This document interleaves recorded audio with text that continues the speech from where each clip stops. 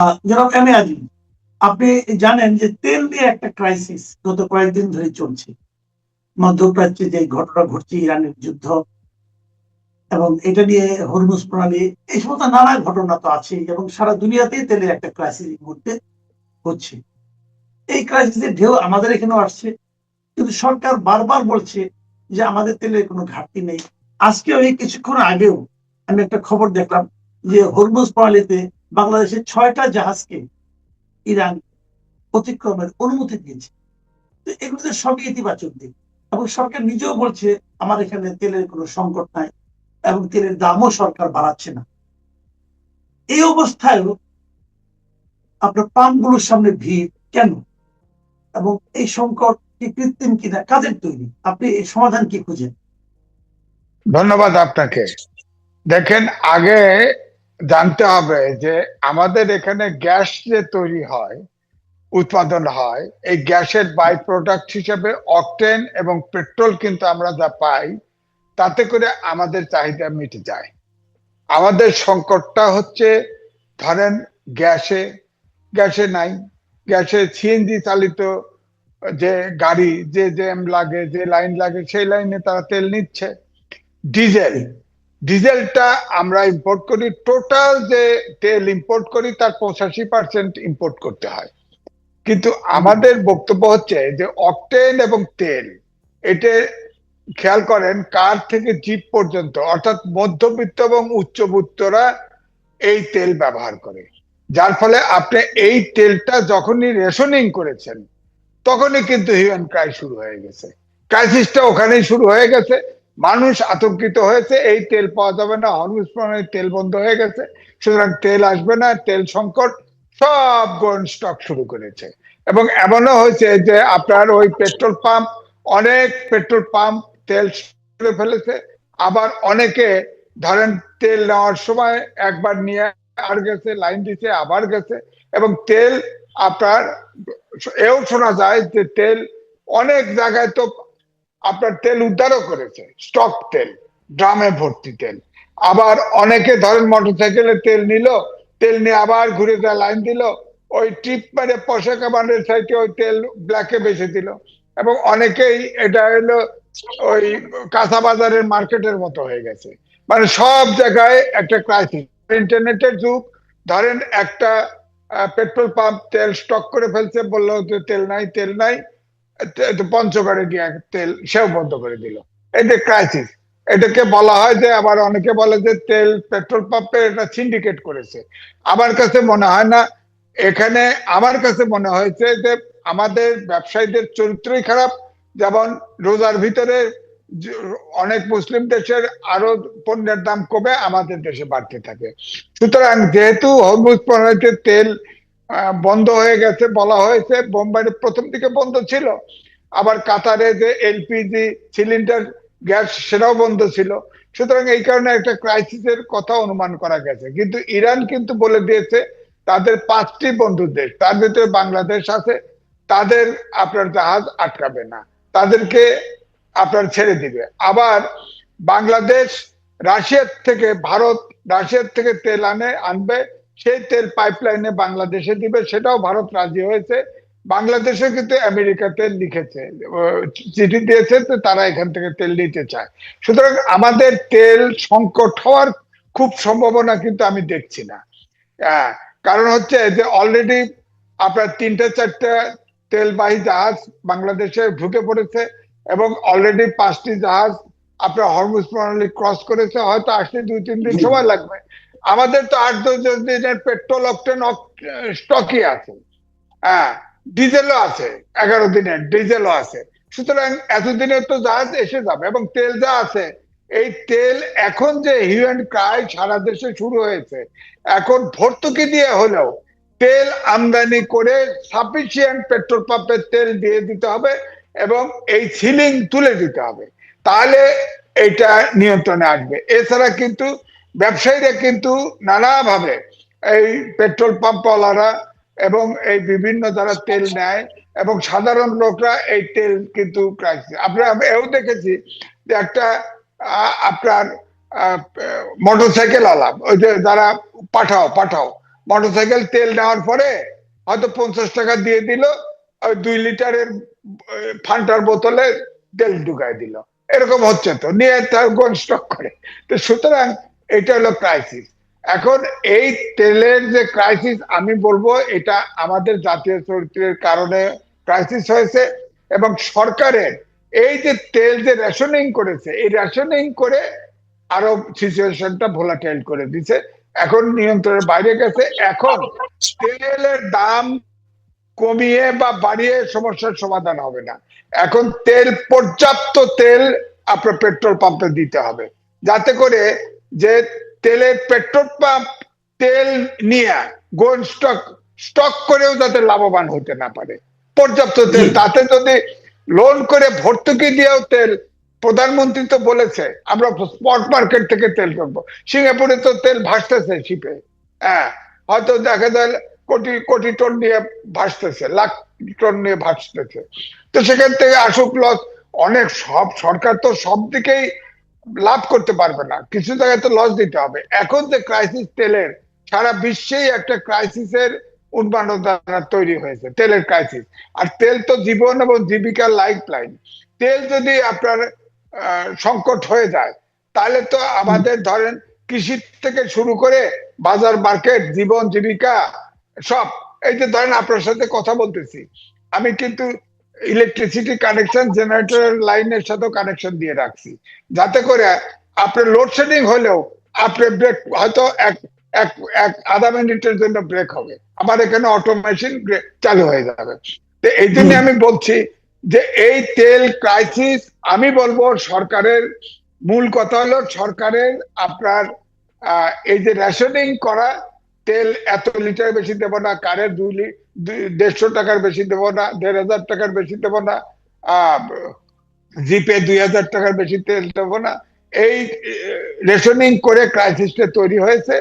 এবং আমাদের জাতীয় চরিত্র অনুযায়ী এই সুযোগে আমরা কিন্তু স্টক করা শুরু করে দিয়েছি, এই জন্য ক্রাইসিসটা তৈরি হয়েছে। আচ্ছা, এখন কথা হলো যে অনেকে আবার দু ধরনের কথা বলছেন। এক ধরনের কথা বলছেন যে তেলের দাম যদি বাড়ানো না হয়, তাহলে তেল পার্শ্ববর্তী দেশে চোরাচালান আকারে চলে যেতে পারে, একটা কথা বলা হচ্ছে। আর একটা আবার এর বিপরীত মতটা হলো যে তেলের দাম যদি বাড়ানো হয়, যারা এর মধ্যে প্রচুর স্টক করেছেন তাদের পোয়াবানো, তাদের তাহলে স্টক করাটা জাস্টিফাইড হয়ে যাবে, তারা ভাববে এটা ভালো কাজ করেছে, অনেক মুনাফা হবে। তো এর মধ্যে সরকার সিদ্ধান্ত নিয়েছে তারা দাম বাড়াবে না। এই সিদ্ধান্তটাকে আপনি মানে কিভাবে দেখেন? এই সিদ্ধান্তটা আমি সঠিক মনে করি এই কারণেই, ভারতে তেলের দাম বেশি, আমাদের দেশ থেকে তেল সবসময় পাচার হয়, এবং এই পাচার হয়েই আমরা কিন্তু ম্যানেজ করি। তো সুতরাং ওইটার কারণে যদি তেলের দাম বাড়ায় দেন, মানুষ আরো বেশি স্টক করবে, আরো বেশি আতঙ্কিত হবে যে এই তো বোধহয় তেলের সংকট হয়ে গেছে, দাম সরকার দিতে পারতেছে না, দাম বাড়ায় দিচ্ছে, সুতরাং আরো স্টক করো, আরো স্টক করো। আমার বক্তব্য একটা, আপনারা ওয়ার্ল্ড ব্যাংক, IMF, ADB যেখান থেকে পারুক বা বিদেশি যে কোনো জায়গায় লোন করে হলেও, স্পট মার্কেট থেকে তেল কিনে হলেও, আমি তো দেখতেছি তেল ক্রাইসিস নাই। এই যে 5টা জাহাজ আসে পড়বে বাংলাদেশে, তেল রাখবে কোথায়, স্টক করবে কোথায়? তেল তো সাফিসিয়েন্ট সাপ্লাই দিবে। আমাদের এখন যেটা হয়েছে যে অকটেন এবং ডিজেল, এই অকটেন এবং পেট্রোল আমাদের তো দেশেই তৈরি হয় বাই প্রোডাক্ট হিসাবে। এখানে আপনার গ্যাস যে পরিশোধন করে, এইটা একটু স্লো হয়ে গেছে। এই জন্য তেল আমাদের ধরেন 8-10 দিনের স্টক আছে, বাড়তি আছে, মজুত আছে। তো অর্থাৎ 10 দিন চললে তেল শর্ট হবে, এটা ঠিক। তো সুতরাং তেল তো আসতেছে, অলরেডি আসছে এবং আসতেছে, তেলের তো সংকট হওয়ার আমি কোনো সম্ভাবনা দেখছি না। সুতরাং এই তেল সংকট, এই যে ধরেন এই যে শিক্ষা প্রতিষ্ঠানে বলা হয়েছে যে সপ্তাহে 3 দিন বন্ধ দেওয়া যায়, হ্যাঁ বন্ধ দেওয়া যায়। আপনি কেউ দেখছেন? হ্যাঁ, এটা বলেন, শিক্ষা প্রতিষ্ঠানে বলেন, এটা অনেকেই কিন্তু এই প্রশ্নটা করতেছে আমাদেরকে। এটার নানা রকম সমস্যা দাঁড়াবে, নানা রকম সমস্যা। এক হচ্ছে ধরেন ইংরেজি স্কুলগুলা, যারা বিদেশের সাথে সিলেবাসে পড়ে, তারা কিন্তু এটা মানবে না। যেমন আমার 2 নাতি পড়ে মেয়ের ঘরে, তারা ছাত্রই বলতেছে আমাদের এরা তো মানবে না। হ্যাঁ, কারণ হচ্ছে যে তাহলে তো ওই বিদেশের যে সাথে যে কোঅর্ডিনেশন, ওটা ফেল করবে। 1 2 হচ্ছে আপনি যে জুমে কথা বলবেন, 3 দিন ছুটি, একদিন ক্লাস হবে, আর একদিন জুমে বাসায় বসে কথা বলবে।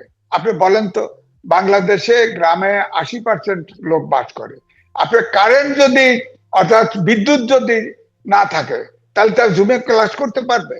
আর সব লোকের হাতে কি অ্যান্ড্রয়েড ফোন আছে? জুমে কথা বলবে কি করে? বলেন আপনি। তখন হবে কি, দেখা যাবে যে ওই ধরেন যদি খুব বেশি শিক্ষা প্রতিষ্ঠান সিরিয়াস হয়, তখন বলবে যে তোমরা স্কুলে আসো, 4-5টা অ্যান্ড্রয়েড ফোন লাগাই দিবে জুমে কথা বলার জন্য। কিন্তু কারেন্ট যদি না থাকে কি করবে আপনি বলেন? জুম তো চলবে না। হ্যাঁ, অর্থাৎ শহর এবং গ্রামের আরো ব্যবধান তৈরি হয়ে যাবে এবং শিক্ষা ব্যবস্থা কিন্তু ভেঙে পড়তে পারে। হ্যাঁ, সুতরাং এই পথে যাওয়া মোটেই উচিত না। আর এইটা যখন কার্যকরী করবেন, তখন কিন্তু ওই তেলের ক্রাইসিস আরো বাড়বে। এটা কিন্তু ইনফ্লুয়েন্স করবে যে এই পেট্রোল পাম্পওয়ালা, পেট্রোলাররা যারা তেল ব্ল্যাক মার্কেটিং করতেছে, তেল পাচার হওয়া, এগুলো আরো বেশি হবে। কারণ মানুষের ভিতরে আরো টেনশন তৈরি হবে যে দেখো তেলের ক্রাইসিসের কারণে আসলে মুখে দাম বলতেছে সরকার, আসলে তেলের ঘাটতি হওয়ার কারণে স্কুল বন্ধ করে দিতেছে, স্কুল কমায় দিতেছে। সুতরাং তেল আরো স্টক করো, আরো স্টক করো, এরকম একটা আরো ক্রাইসিস তৈরি হবে। শিক্ষা ক্ষেত্র কোনো লাভ হবে না। আমরা শিক্ষা করোনা কালেও তো আমরা শিক্ষা প্রতিষ্ঠান বন্ধ করি নাই, এখন কেন বন্ধ হবে? তেলের ক্রাইসিস তো নাই বাংলাদেশে। এটা মানুষের ভিতরে একটা টেনশন তৈরি হয়ে গেছে। আমি আগেও বলছি, এখনো বলছি যে মানুষের ভিতরে টেনশন তৈরি করা হয়েছে ওই রেশনিং করে, তেল রেশনিং করা। এবং সবসময় বলা হচ্ছে যে তেল সংকট নাই, তেল মজুত আছে। তাহলে আপনি ওপেন করে দেন না কেন? তেল ওপেন করে দেন না কেন? আর তো আপনি একদিকে বলছেন তেল মজুত আছে, তেল সংকট নাই, আবার তাহলে ওটা কেন ওপেন করে দেন না? ওপেন করে দেন না, তেল নিয়ে যাক না, তেল তো আসতেছে, তেল আসুক। নাই আমরা 5-7 দিনের ভিতরে শিপ ইতিমধ্যে কিন্তু 2-3টে এসে পড়ছে। তারপরে আপনার স্পট মার্কেট থেকেও তেল নিয়ে আসতেছে। আরেকটা কথা বলছি ভাই, আমাদের পররাষ্ট্রমন্ত্রী উনি প্রথম বিদেশ সফর হিসেবে ভারতকে বেছে নিয়েছেন, এবং কেবল উনিই না, বাংলাদেশের কোন মন্ত্রীর এই প্রথম, সরকারের কোন প্রতিনিধির এই প্রথম বিদেশ সফর, সেটা ভারতে হচ্ছে। এবং এখানে বলা হচ্ছে নাকি যে এখানে অনেক কিছু আলোচনা করবেন বিভিন্ন বিষয় নিয়ে। আমাদের যে গঙ্গা চুক্তি যেটা আছে, যেটা নাকি মেয়াদ এই ডিসেম্বরে শেষ হয়ে যাবে, সেটা নিয়ে আলোচনা করবেন। এবং এই ফাঁকে একটা এজেন্ডা আছে যে তেল নিয়ে আলোচনা করবেন, আমরা ভারত থেকেও তেল পেতে পারি কিনা, এবং সেটা ভারত থেকে তেল পেলে আমাদের একটু সুবিধাও হয়, কারণ ওটা আপনার পাইপ লাইনের মাধ্যমে আসে, পরিবহন খরচও কমে যায় অনেক। তো এটা হচ্ছে, আপনার কি মনে হয় ওনার এই সফর বিশেষ করে তেলের ক্ষেত্রে আমাদের জন্য কোনো সুবিধা বয়ে আনতে পারে? না, দেখেন, আসিফ বইয়ের কথা মনে পড়লো। আসিফ ভাইয়া বলছিল যে ডিপ স্টেট তাদেরকে 28 সাল পর্যন্ত, আওয়ামী লীগের টেনর পর্যন্ত ক্ষমতায় যেতে, 29 সাল পর্যন্ত ক্ষমতায় থাকতে পরামর্শ দিয়েছিল। উনি তো তখন ওই সরকারের মধ্যেই ছিলেন। তিনি ছিলেন কিনা আমার সন্দেহ হয়, তিনি হয়তো ছিলেন, কারণ তিনি তো অত্যন্ত পারদর্শী লোক। তিনি আমেরিকান সিটিজেন, যদিও তিনি এটা অস্বীকার করেন। অথচ আমার কাছে ডকুমেন্ট আছে তিনি আমেরিকান সিটিজেন, এতে কোনো সন্দেহ নাই। এবং 2 নম্বরই করেও রেখেছেন উনি। তো যাই হোক, এখন উনি তো অত্যন্ত বিতর্কিত। ধরেন ওনাকে হায়ার করে আনেছে ইউনিস সরকার, এখন তো ইউনিসের কাছ থেকেও ছুটে গেছে।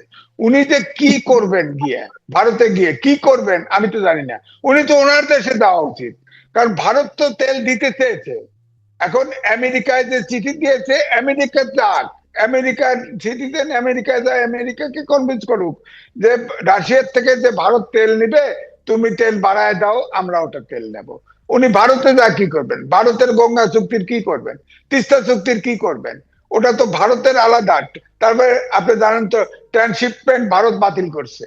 হ্যাঁ, আমরা তো ট্রানজিটের নামে করিডোর দিয়ে রাখছি ভারতকে, আমি লিখেছিও, করিডোর লিড দিছে, সেটার কি হবে?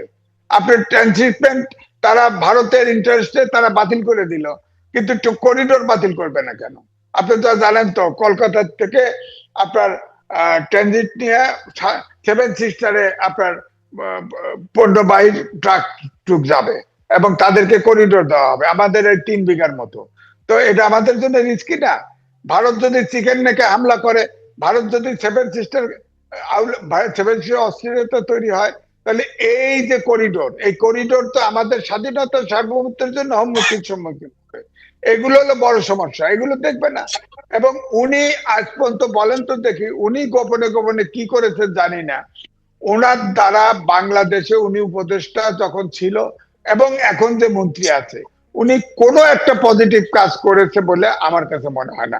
উনি ভিতরে ভিতরে হয়তো কোনো আউলা লাগাইছে, এটা হইতে পারে, কিন্তু পজিটিভ কোনো কাজ করেছে বলে উনি আমি জানি না। এবং ওনাকে কেন মন্ত্রী বানানো হলো, ফরেন মিনিস্টার, এটাও কিন্তু পরিষ্কার না। আমি কেন পরিষ্কার, ওনার কি যোগ্যতা? উনি তো বিতর্কিত লোক। উনি লতিফুর রহমান সাহেবের সময় পিএস ছিল, তো তখন তো ফরেন মিনিস্ট্রির এক নারীকে তার স্বামী পরকিয়া ছিল, তার গুলি করে মারে ফেলছে, দুইজনে স্বামী স্ত্রী আত্মহত্যা করছে, উনি পালায় আমেরিকায় চলে গেছে। এই ধরনের ক্রিমিনাল লোককে তো বাংলাদেশের জায়গায় দেওয়া উচিত না। তিনি ভারতে বাংলাদেশের পক্ষে গেছে, কি জন্য পাঠাইছে, কি করবে, ওকে তো বোঝা মুশকিল। এবং আসিফ ভুঁইয়ার মতো কোন ডিপ স্টেটের কাজ করতে চাচ্ছে কিনা, ক্রিমিনালের কাজে পারদর্শী থাকে, উনি ভালো কিছু করতে পারবে, এটা আমার বিশ্বাস হয় না। বলেন। জি, অনেক ধন্যবাদ, অনেক ধন্যবাদ জনাব এম এ আজিজ। আপনার ধন্যবাদ। তেল নিয়ে আলোচনা আমাদের ডিপ স্টেটে চলে আসলো এবং আমরা অবধারিত ভাবে খলিল সাহেবকেও মানে আপনাকে এড়িয়ে যেতে পারলাম না। উনি আমাদের মাথার উপরে এমন ভাবে চেপে আছেন যে আমাদের ভাগ্য, আমাদের আগামী ভবিষ্যৎ অনেক কিছু ওনার উপর নির্ভর করছে, যাকে আপনি নিজে কি টাইপের লোক মনে করছেন। আমি জানি না আমাদের ভবিষ্যৎ কি হবে। আমি এটাও মনে করি, আপনার সঙ্গে আমি একমত, যে সরকার উচিত হবে যে কেন খলিল সাহেবকে নেওয়াটা মন্ত্রিসভায় অপরিহার্য ছিল, এই বিষয়ে সরকার একটা ব্যাখ্যা দিবে। কারণ এই ব্যাখ্যা যতদিন আমরা না অবশ্যই। পাবো, ততদিন কিন্তু আমাদের মনে এই সন্দেহ দানা বাঁধতেই থাকবে এবং ধীরে ধীরে বড় হতে থাকবে। আমরা সরকারকে পছন্দ করতে চাই, আমরা সরকারকে সহযোগিতা করতে চাই, কিন্তু সেই সঙ্গে সরকারের ব্যাপারে যে সমস্ত প্রশ্ন আছে, সেই সমস্ত বিষয়ে আমরা কিন্তু খোলামেলা একটা ব্যাখ্যাও জানতে চাই।